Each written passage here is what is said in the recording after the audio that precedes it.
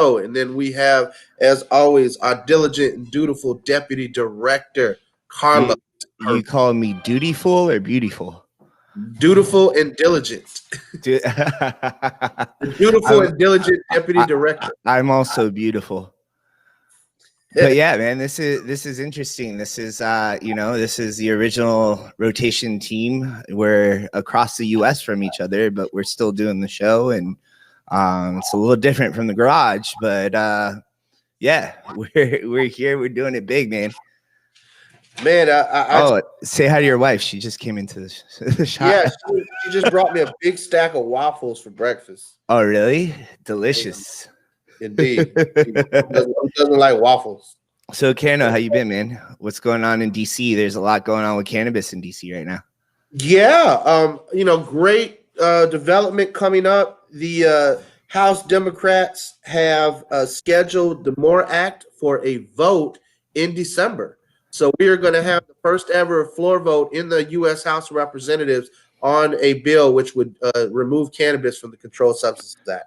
I don't want to take away from that because it is a big step, but I do, you know me, I like to think logically about things. So we got to be thinking here, like, what is the likelihood of this passing? What is the likelihood of the MORE Act actually going somewhere or doing something?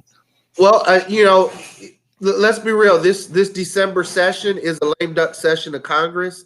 I'm overly excited that a Republican-controlled Senate would pass anything out of the Democratic-controlled House. I mean, the bipartisan divide is bigger more than ever, and it's become less about doing what's right for the American people and scoring political points for your party. And that's what Mitch McConnell has done in the Senate by refusing to take up any legislation from the House, whether it's the coronavirus relief package, whether it's this upcoming bill on decriminalization. But I firmly feel as though the MORE Act will pass the House. It will have support of both Republicans and Democrats, and it's pretty exciting.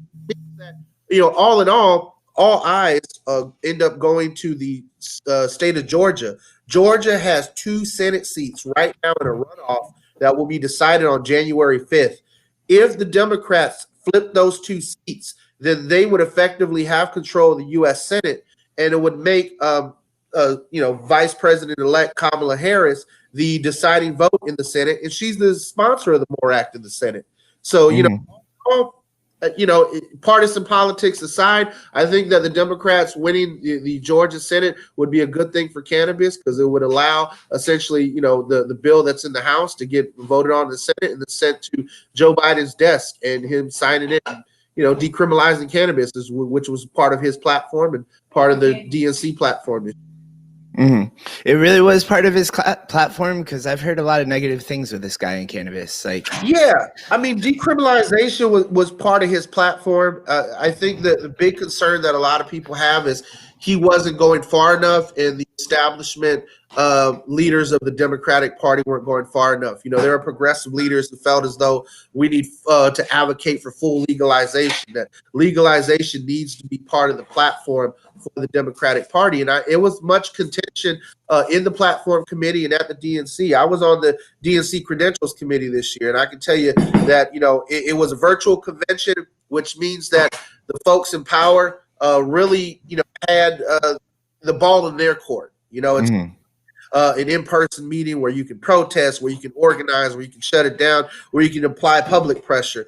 And so all in all, I mean, the powers that be won out. They didn't get, full legalization was not something that people were advocating for, but rather it was a kind of a compromise with decriminalization. And some folks have expressed concerns that does decriminalization open up the market, the legal markets that currently exist, to some type of legal actions, some type of retribution, if you will, some type of criminal sanctions. All of that still remains to be seen. But I think all in all, the MORE Act, by removing cannabis from the Controlled Substances Act, does a big justice in this country, because cannabis should never have been a controlled substance, number one, and number two, it in itself has been decided as an agricultural product in theory based on cannabinoid ratios. And I mean, hemp and marijuana are the same plant. They're cannabis. It's just a matter of how many molecules of a certain chemical compound do you have in it versus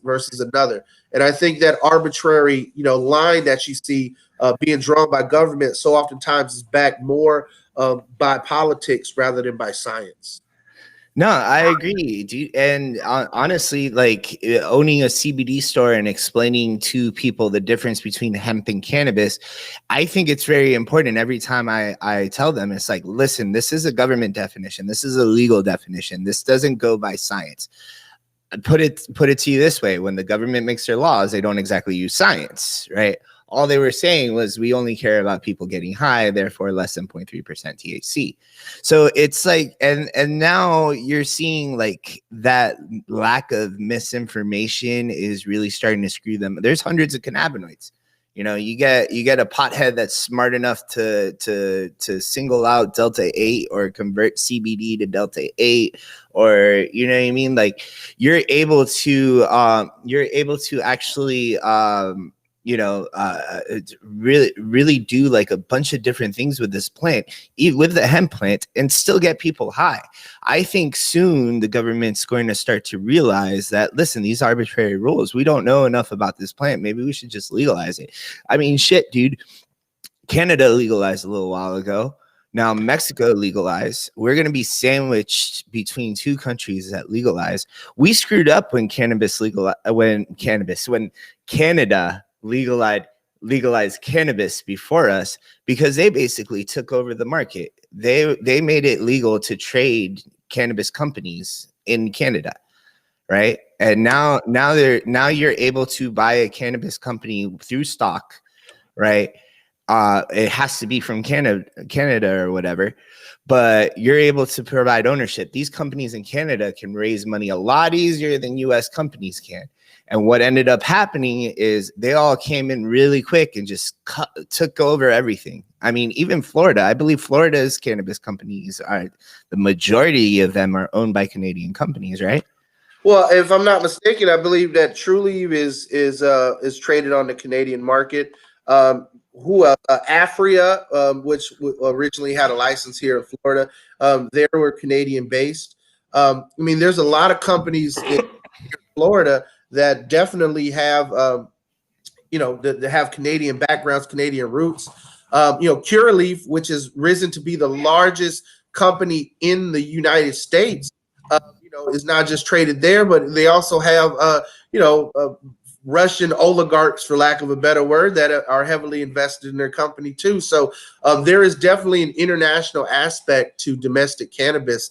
And I think that is a major concern for a lot of people who have been in the black market for many years, that are seeking to migrate to a legal regulated market, in that they feel as though, well, they can't compete with billionaires from Russia, that they can't compete with companies that are able to raise millions of dollars. And when you have a system like Florida, which is vertically integrated, when you have systems like Illinois, which have been vertically integrated, it is very difficult to get the mom and pop, Colorado, California cannabis businesses up and running.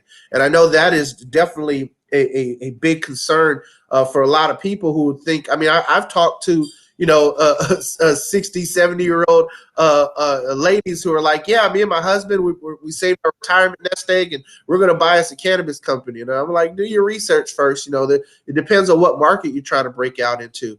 And now after this election, several states have legalized cannabis for adult use. You have adult use in the South Dakota now. You have Arizona. You have Montana. There are so many, New Jersey. So there are more and more markets opening up for both medical and for adult use of cannabis.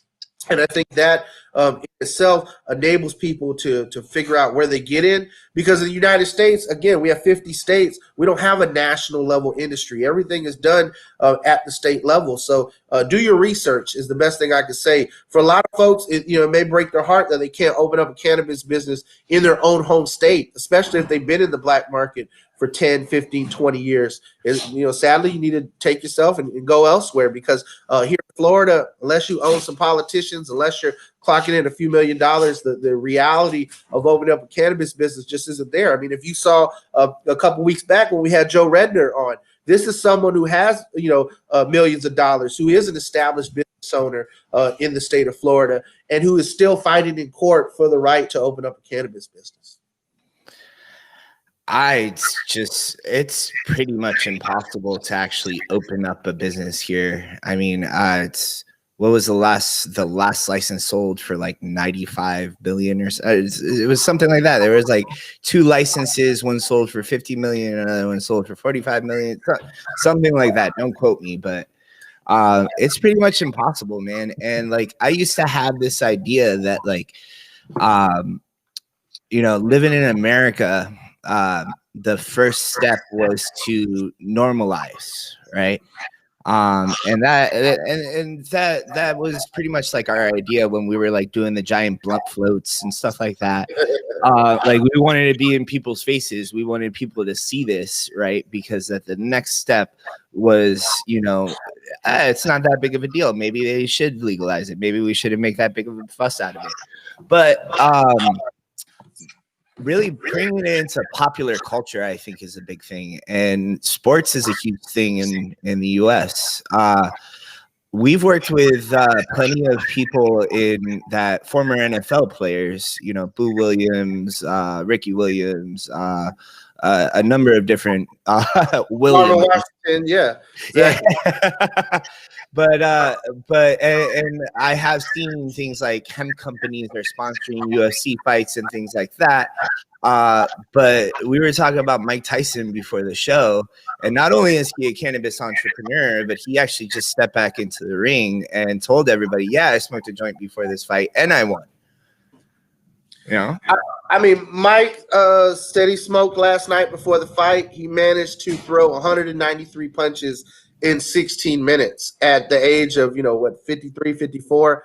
I mean, I'm 37 and I'd probably be winded after one round, The fact is that for Mike, he says he's not going to stop smoking. It is part of his health regimen. And I find that interesting that more and more athletes are incorporating cannabis into their health regimen. We've seen several UFC fighters incorporate CBD into their regimen to the point to where they accepted suspensions. And Dana White, had to kind of cave on the rules a little bit in a judge, because when you start having top tier, boxers and fighters utilizing cannabis as a health supplement, all in all, I think it's time internationally that cannabis be removed from a lot of the prohibitions. And to that point, the United Nations is getting ready to vote soon on cannabis decriminalization, and whether or not it should remain part of many of the international drug control treaties. Because the fact is that the U.S. drug policy through the United Nations in the 70s and 80s was, expounded to go global. And so the war on drugs has been exported by the United States. And in many countries, that has done damage to their local culture. In particular, India is one major country where cannabis has always been part of that culture, and they still see the damages being done to that through drug control. And I think that it is very important that athletes have the right to use it. I mean, we see too often athletes in the NFL being suspended, being kicked off. Ricky Williams, you mentioned that, had to leave the league.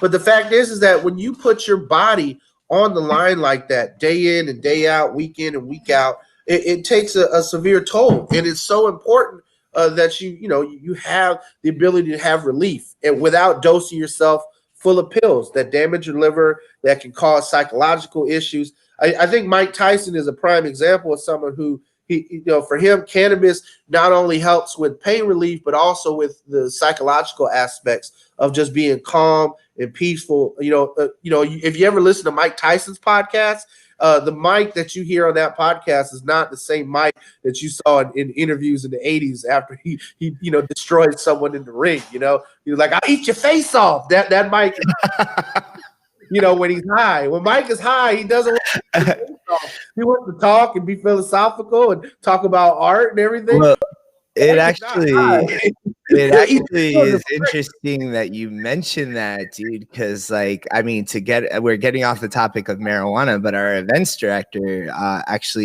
Lindsay, came into our Facebook feed and dropped this bombshell on us. apparently he's using psychedelics too. And not only did she do that, but she put this little link here that shows that an article was written that basically psychedelic drugs told Mike Tyson to get back into the ring. So and I think that actually goes hand in hand, man. These are all medicines, and the reason why the government doesn't want us to have them is because they want to keep us at a certain level. There's a reason why and I may be getting too deep into this, but there is a reason why they want our education level to be so low. There's a reason why, and I know you're a man that values education, Cano. There's a reason why it's becoming more popular to go to trade school or whatnot than instead of going to college. And, part of that is because, it's so damn expensive, and you talk about that quite a bit. But I mean, a big part of that too is because they want to keep us where we need to have a third grade reading level to read our newspapers. They want voters to be dumb so that they can be in control. And all of this information coming about cannabis, about psychedelics, it's even more than what you're saying, Kano. It's not even just, there's a little thing on my microphone. It's not even just the long term, man. It's the short term. These people become better athletes. There's a reason why, what is it, Nick Diaz, one of those two brothers, lighting up joints right at practice. He's lighting up CBD hemp joints right at practice because it helps him practice better. He becomes a better fighter because he's able to use these things in his workouts, And so now we get into an argument: is cannabis a performance-enhancing drug? Because part of the Olympics and everything else is about creating an equal playing field. So you get into that topic of is cannabis no different than a whey protein powder? Or is it along the lines of an anabolic steroid? When it comes to performance enhancing, Well, I mean, there's a fundamental difference between cannabis and steroids, and I'll tell you this right here. Steroids, the purpose is to actually make you stronger, right? Cannabis actually helps you within your workout. You're still doing the workout.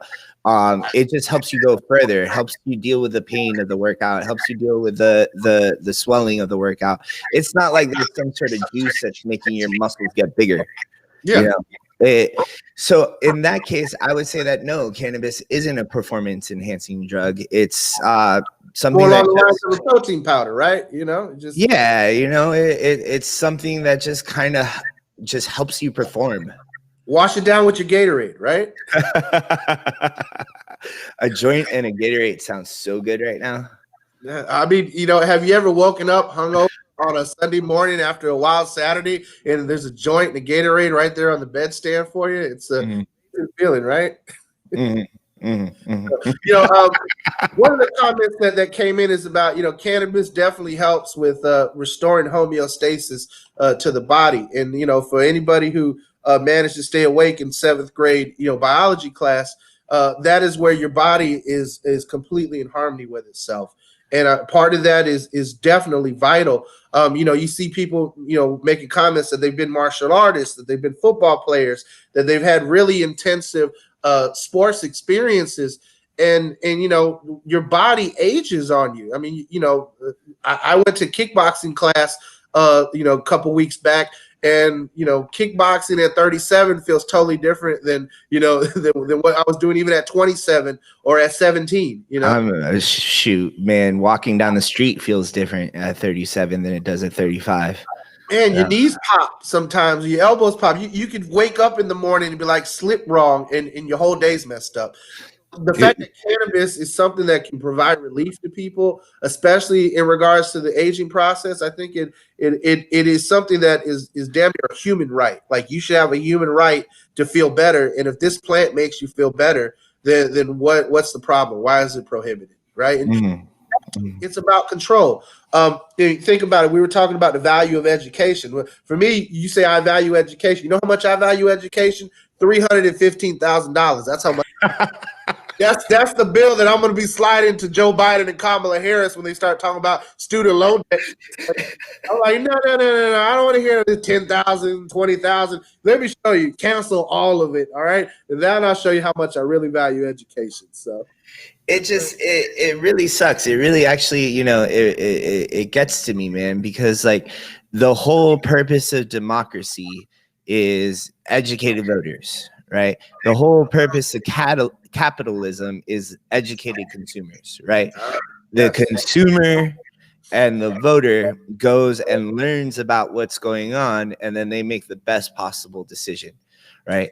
And to be able to say, hey, you probably shouldn't go to college because it's going to cost too much, right? You should probably learn how to weld, or you should probably learn how to do something mundane in society. Let these other people here be leaders, right? It costs too much to become a leader. You know what I mean? That's we're doing ourselves an inservice there, you know? And I don't know, man. I could rant about it all day. I really. I think you hit it right on the point, though, is that we live in a society where capitalism and democracy intersect, and education plays such a vital role in both of those industries. And education is not the value that this country has. Mhm. Forth. I mean, consistently, we can see more and more money spent on bombs and less money spent on books. You see more and more money spent on prisoners and less money spent on public schools. It even comes down to like our job. You know, we stressed before that it was our job to inform, like, kind of inform people, you know, on what's going on with cannabis. And the truth is, as activists, that really shouldn't be our job. We should be there, you know, influencing the people that you know are actually making the laws. You know, we should be out there talking to the Florida legislator. But the truth is that it starts at the people, and the people are voting people in that, you know, it's shoot, I'm going to bring up my dad. So as you know, I'm Cuban, right? So Yeah. my father votes conservative constantly, right? So he's got a cannabis activist as a son.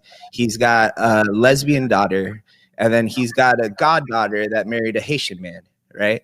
So you got Black Lives Matter, right? You got homosexuality, and you got, you know, the marijuana movement all underneath him, and he's constantly voting against them because he feels that the best thing to do is to keep his kids and his goddaughter from living in a socialist environment, because he had to flee a very persecuting socialist government. So rhetoric becomes important here. You know, the Republican Party is providing rhetoric and not providing facts, right?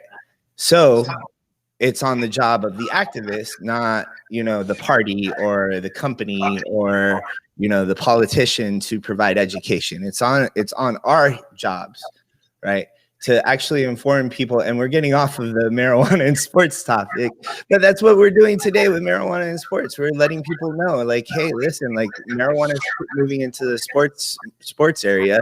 You know, it really isn't that big of a deal. It's probably going to make sports better, right? You know, and it's probably going to take these people that are busting their ass, getting hit in the head every day, right?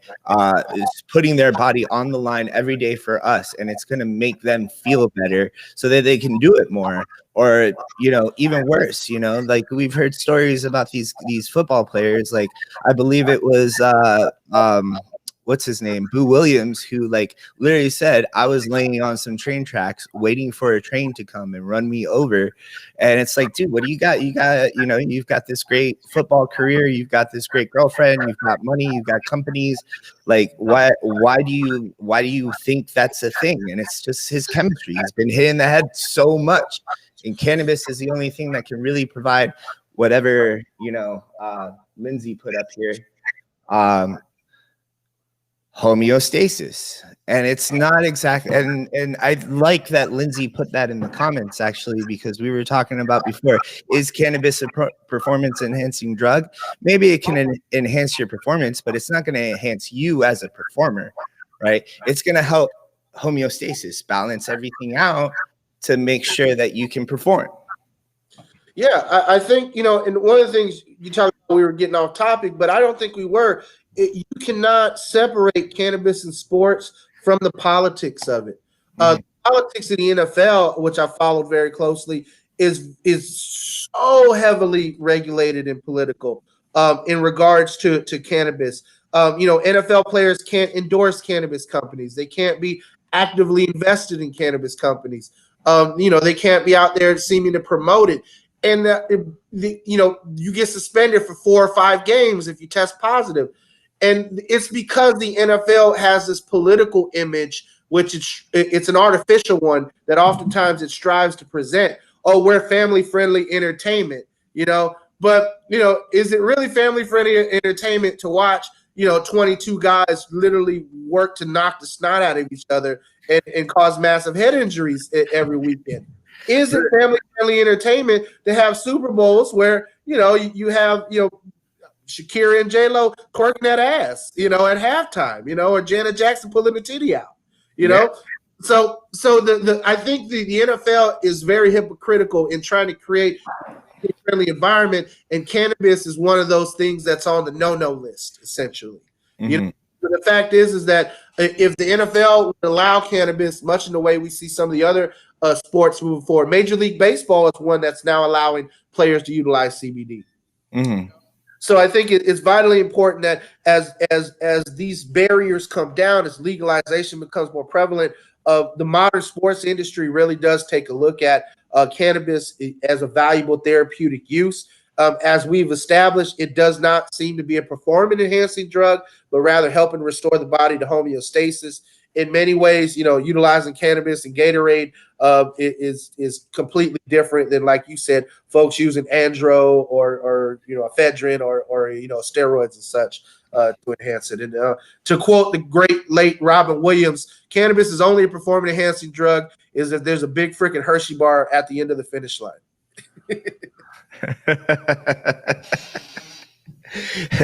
Yo, then this comment again by Lindsay, they're gold today, but it's what I'm talking about before, where popular culture really needs to embrace cannabis, right? And I mean, we're there, we're getting there. There was a point a long time ago where like I was looked down upon for smoking weed, and like I was looked at like some lazy stoner that's never going to go anywhere in school or whatnot.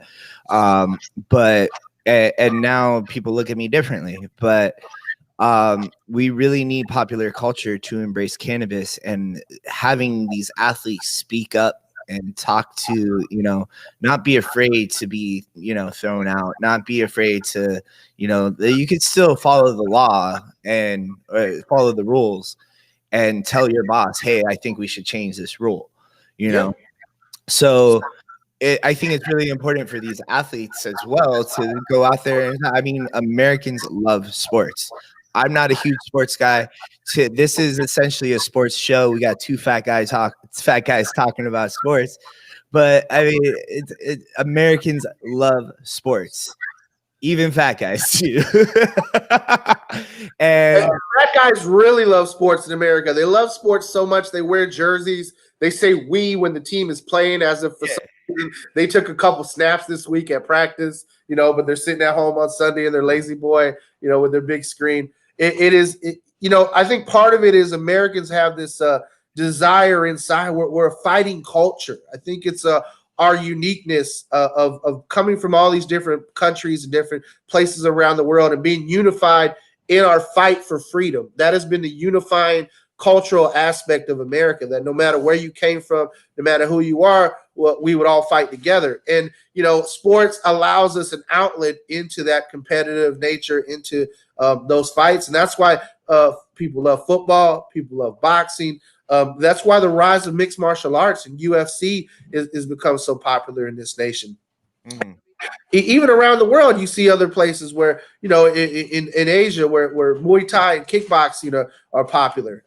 And wrestling is one of the sports we hadn't talked about. But, for all the song and dance of professional wrestling that it is, there are still major injuries that occur. People always say wrestling is fake. There's nothing fake about a 400-pound guy throwing you off a turnbuckle. Kano, I'm going to have to leave you alone in the show for a little bit. Hold on. No worries. Carlos got to answer the shot. But, I'll continue that thought in the sense that, we see wrestlers, professional wrestlers, so often giving up their bodies in many ways to entertain us, and they themselves need access to this medicine. And I think it's wholly important that we, the American people, continue to push to see that, these athletes who have entertained us and who have given their bodies up for us have access to this, this life-saving medicine, this therapy that allows them in many ways, as we saw with Mike Tyson last night, to be in his, going in his mid-50s and still able, to go 8 rounds and to throw, close to 200 punches. That in itself is a testament to, wow, cannabis really has helped athletes. You can see whether it's the 19-year-old football player in college, struggling after wearing down his bones. I mean, people don't think about that, but the toll that American football takes on your body, the fact that you can do some people start as young as 8, 9 years old, getting into pads and taking hits, training their bodies, and then you're doing 4 years in high school, then going off doing 4 or 5 years in college. And for the small percentage that make it to the NFL, the average NFL career doesn't last very long for many places, many players, especially the ones who have high specialist positions like running backs and such, guys who take a lot of hits. So you look at, if you've had a 15-year career in football, from little league to high school to the NFL, through college and such, your body's going to be pretty banged up by the time you're in your mid-30s. You'll have essentially the body of a 50-year-old in your 30s. And for your league to tell you, no, you can't have access to this, it's just not right. And that's why we need more and more people speaking up, and we need more and more people stepping up to demand that these prohibitions on cannabis, which are so arbitrary, be removed. Not just in professional sports, but even in our personal lives. Despite the fact that Amendment 2 is passed, despite the fact that medical cannabis therapy is legal in Florida, people are still getting kicked out of apartments. People are still getting kicked out of nursing homes. People are still losing their jobs over using a state-sanctioned legal medicine. And that is the part that is not right. That is the part where we need you, the people, to step on up and speak out, to join us here in our fight at Suncoast Normal, to join us in the fight in the state legislatures, in the fights that we're having in Congress right now, and continuing to educate both your family, your friends, and the public at large over who's on our team and who's not, who's pro-reform and who's not, who's a prohibitionist and who's not. And the fact is that prohibition has got to go. It's over 80 years of cannabis prohibition, and it has done nothing in this country but cause harm. Everything from, the war on drugs, causing mass incarceration, overpopulation of the prisons with nonviolent offenders, while violent criminals are on the streets, to the fact that, we see people in this country who are working hard and doing good for themselves, and they're being kicked out of the military. They're being kicked out of professional sports. They're even being kicked out of this country for something as simple as cannabis possession and cannabis use. And those things just are not right. And as Carlos said, with our neighbors to the north and our neighbors to the south, with Canada and Mexico moving forward with legalization, it is high time, no pun intended, that the United States step on up, that we, the people who say that this is our nation, that we govern ourselves, step on up and make it happen. And that comes with being an educated voter. The great Stan Lee said, with great power comes great responsibility. And I think that no people on this planet have such power than the American people. The American people literally have the power of the greatest fighting force in the world that it's ever seen, the greatest level of possible participation that it's ever seen. The sad part is that apathy is our problem in this nation. For all the great turnout that we saw in this last election and all the people who came out and voted, there is still about a quarter of this country that stayed home, that could have voted. And again, what we see time and time again, especially in previous elections, is that people get upset. They're like, oh, man, I can't believe this person won, or I can't believe that person didn't win. And the fact is that we as Americans have to do more in educating ourselves and taking responsibility for our civic duties, including voting, including doing more than just voting, but being active in our democracy. When Carlos and I and Gary, and the rest of the board at Suncoast Normal, and even our other normal chapters set up lobby days to go to Tallahassee, or when National Normal sets up lobby days to come up to DC and lobby Congress, people, for many of them, that's their first time participating in the political process of that nature. The political process doesn't stop at the ballot box. And I think that is the part that we as Americans have to realize, and that at the ballot box is just the beginning. The real work comes after the fact, where you elect those people, and now you have to hold your folks accountable. Now you have to build bridges and look for compromise with folks who may not see eye to eye to you. But all in all, participating actively. I've worked in the state legislature here in Florida, and I've heard some of the things that are said about constituents, behind closed doors, and that oh, people don't care, or oh, let's just keep a tick sheet when people call in and complain, and it's like, if that's how legislation is being decided versus how many people called in to complain. I mean, really, and you wonder why you see these corporations that have, that spend millions and millions of dollars lobbying officials and millions of dollars writing checks to political campaigns. And then you're sitting there wondering, why is cannabis still illegal in the 21st century? Well, the fact is that groups like us don't have millions of dollars, but we have you. We have you, the people. And that's the big difference, is that if you will join us and you will participate in the process, you will get involved, then we have the numbers, we have the power necessary to actually make a real difference in this society.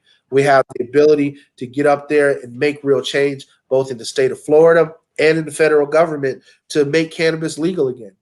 I mean, ideally, it should be no more regulated than the tomatoes in your back garden, because of politics, because of apathy, because of a lack of participation among the masses and the populace. We continue to see, the politics and the status quo continue as they are. And it's time for a change. I'm tired of it. I wonder how many of you are. The fact is that we can make a difference. There are so many of us out there. There are now, over 400,000 registered patients in Florida, and I know that there are much more people who are cannabis consumers than the ones that are just have medical marijuana cards in our state. So I'm asking each of you, this weekend is a weekend where folks have been spending time with their families, and now they're turning to do their holiday shopping. If you haven't so much in your heart, you want to give the gift that keeps on giving every year, then go to suncoastnormal.org and buy your loved one a membership to Suncoast Normal. I don't take a salary to do this. Carlos doesn't take a salary to do this. None of our board members get paid to do this. We are all volunteers, and we are doing this because it is important and because it matters, not just in our personal lives, but of your life, the life of your family, the life of your friends, your children. And I think it is so important that you can still continue to get out there and be a part of something great. So often in life, we're looking to put our mark on history, and this is an organization where you can do that. All your membership dues, all the proceeds that we get, all the donations that we get, go right back into our fight into activism. They go right back into this fight of making sure that we're influencing our elected officials and holding them accountable to we the people. And it goes right back into ensuring that we can educate the public. And like Carlos said before, normalize cannabis therapy. The fact is that in some states in this country, you can walk down the street in front of the police smoking a joint, and they can't do anything to you. They can't even stop you or ask you about your day and where you're going. And in other states, if that were the case, they'd throw you to the ground immediately and haul you off as a violent criminal. And it's not right that we live in a country where we have those distinctions, and oftentimes they're so arbitrary. In this country, we should have the right. Again, I'm all for the adult use and decriminalization of it. People should have the right to utilize it, as a therapy. People should have the right to use it as a nutritional supplement. People should have the right to grow it in their backyards and their gardens. All in all, if your child is sick, you should have the right to utilize it as a form of therapy for your sick child. We've seen time and time again how the benefits of cannabis therapy have helped people with debilitating conditions, whether it's a seizure condition, whether it's a condition of, we have epilepsy. Alzheimer's is a big one for me that I saw. My dad, when he had dementia and he was suffering through it, that cannabis helped alleviate it sometimes. Other times, if it just brought a level of comfort, to someone who's terminally ill, that's all that really matters, is making people feel a little bit better. And so, again, your support this fight is what's vital. Go to suncoastnormal.org. Become a member today. Sign up and renew your dues if you're already a member through the next year. Again, all the proceeds are going to continue to go to our fight. So as you're shopping around, this weekend on these Super Saturday deals, these Black Friday deals, you got Small Business Monday, Cyber Monday, Giving Tuesday, right? If let's say you don't want to become a member, you don't want to be involved, but you got a couple bucks to spare, you got $5, please donate. Go to our website, cast a donation, and please continue to support the great work that we're doing here. Moving forward in Florida, we got a lot of great things on the horizon. Again, we're going to be reintroducing and working towards this legislative session in the state of Florida to get an employee protection bill passed, a medical marijuana employee protection bill, which would allow all registered medical marijuana patients their right to employment, to not be precluded or fired from a job for being a medical marijuana patient. And so often we see news stories of good public servants being, escorted out and losing their jobs over wanting to live a healthy life. And that's just not right. So we're going to continue to advocate at the state level. At the federal level, we're going to continue to engage and work to get the MORE Act passed, both with National Normal and our chapter engaging with our elected officials in the Florida delegation. We have two senators in the state of Florida, Senator Rick Scott, Senator Marco Rubio, who do not support legalization in any way, shape, or form. No matter how many times I've emailed their offices or talked to their staff, that is not something that they're going to budge on. So, upcoming in Florida, getting involved in these U.S. Senate elections are vital.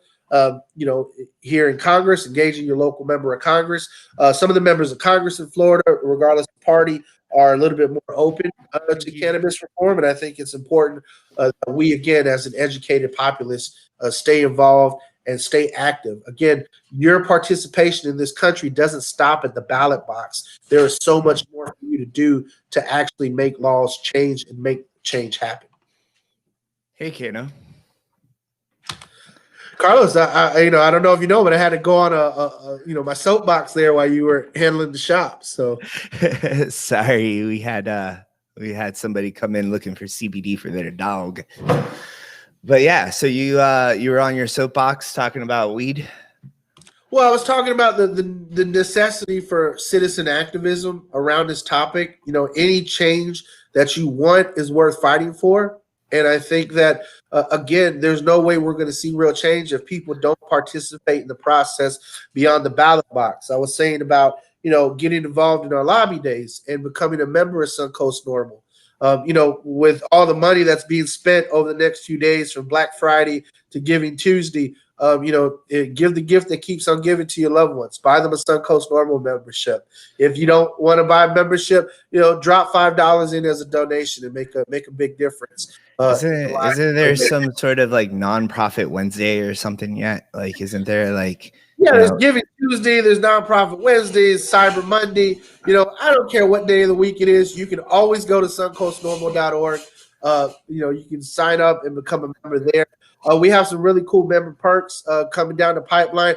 And we have an upcoming member event in Ybor City at our headquarters there in Chillum coming up on December 18th. So I'm pretty excited.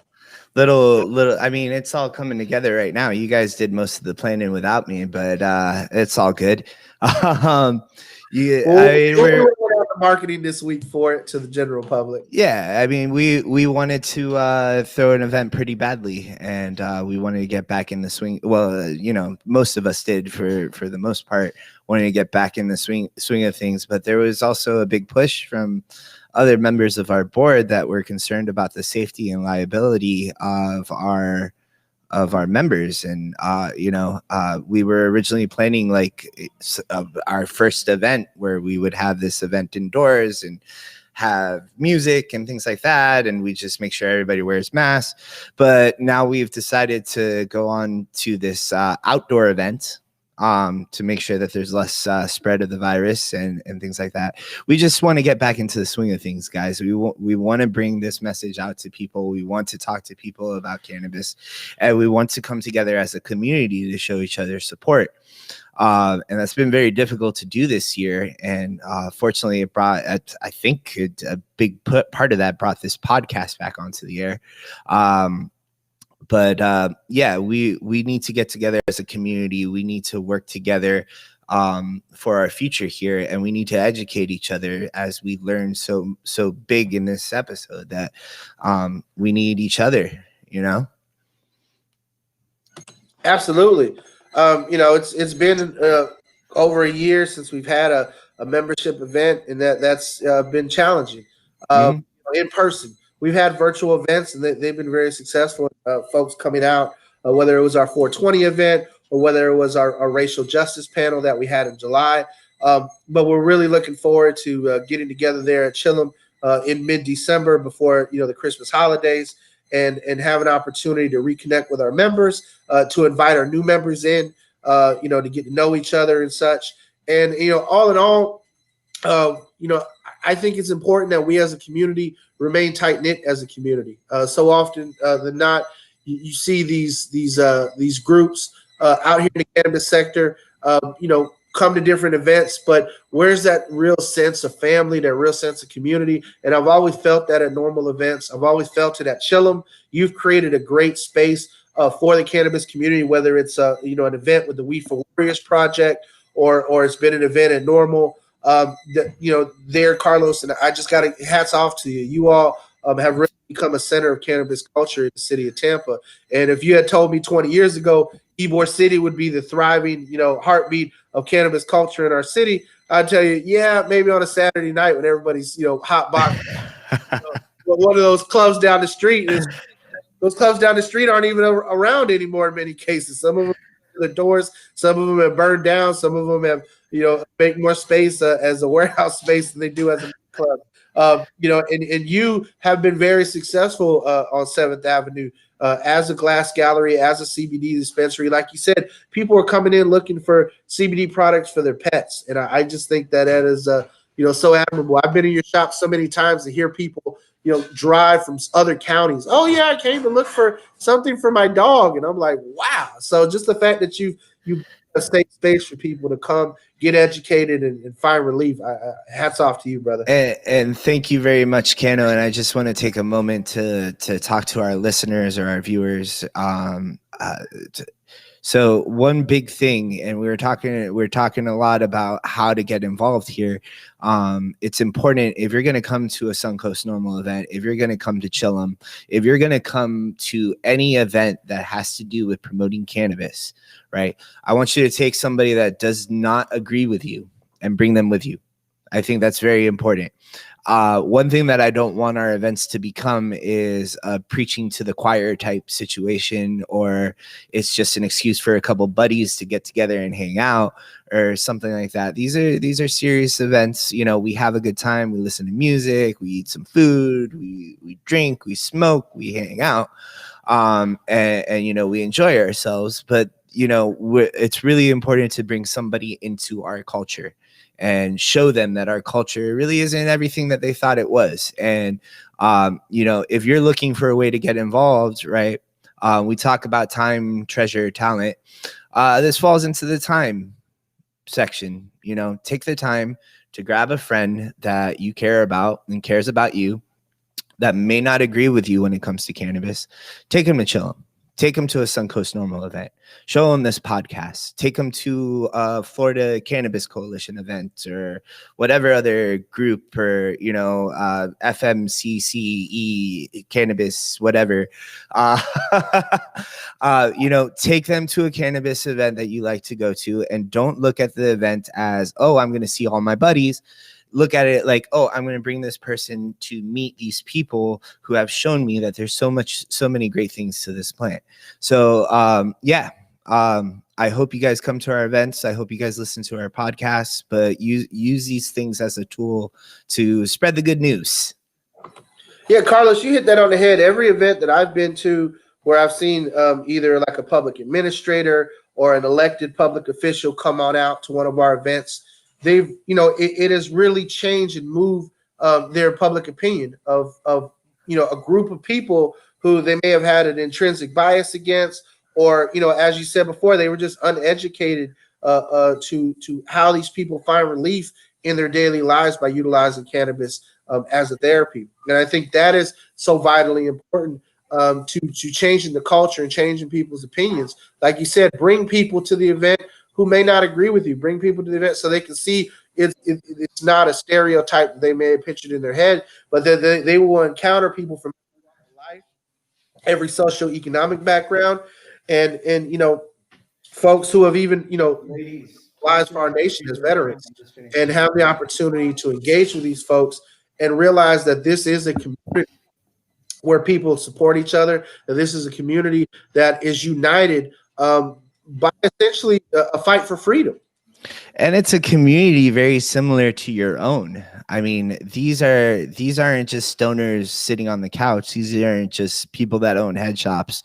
These are professionals. These are MBAs. These are MPAs. These are doctors. These are attorneys. These are people that are educated, that care about their people, care about their friends, care about their family. These are people that want to do good. I love me a cannabis doctor, especially a cannabis doctor that got into it because they were tired of their patients getting addicted to pain pills, or they were tired of their patients hurting their patients. They became doctors because they wanted to help. And, there's a lot of money hungry doctors out there. There's even money hungry cannabis doctors. Don't even get me wrong, but a good amount of the cannabis doctors that we're associated with, and, you've talked to Dr. Rosado and Dr. Wiener and all those people. All these people are in it for the right reasons. They're there to educate as well, and they provide a very good perspective. Indeed. If you all are out there searching for a cannabis doctor, you can go to suncoastnormal.org.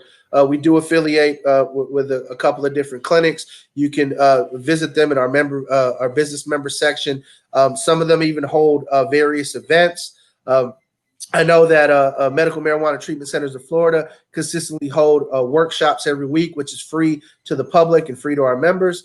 Marijuana Doctor hosts various blogs on various health topics and utilizing cannabis therapy for their help. So if you need a doctor's recommendation, go to our website, visit our partners, and you can get signed up there and get going on your pathway to legal possession in Florida. And yeah, man, I think it's about that time. It's 11:30. I think it's time to end the show. What do you think? I think it is time to get up out the rotation so I can eat this beautiful wife has made me this morning that I've been staring at for the past hour, and I'm like, oh, I'm so hungry. Well, I stepped away for a minute, so I'm not sure all the things you've said, but I'm just going to go over a few things here. Join us at our website, suncoastnormal.org. You can find this podcast on there. You can find cannabis information, and you can also become a member of Suncoast Normal. Follow us on social media at Suncoast NORML. That's at Suncoast Normal across all the platforms, whether it's Instagram, whether it's Twitter, anything like that. Don't forget to click like and share if you're watching this on live. Help us get our message out there and show people what's going on. There's going to be more coming soon from us, more events and whatnot. Again, you can find that at suncoastnormal.org. Come to these events, hang out with us, chill with us, sponsor podcasts, donate. Give everything you can to this movement because we're giving so much for you. And if there's anything else, Kano, I think that's it. Just peace and love.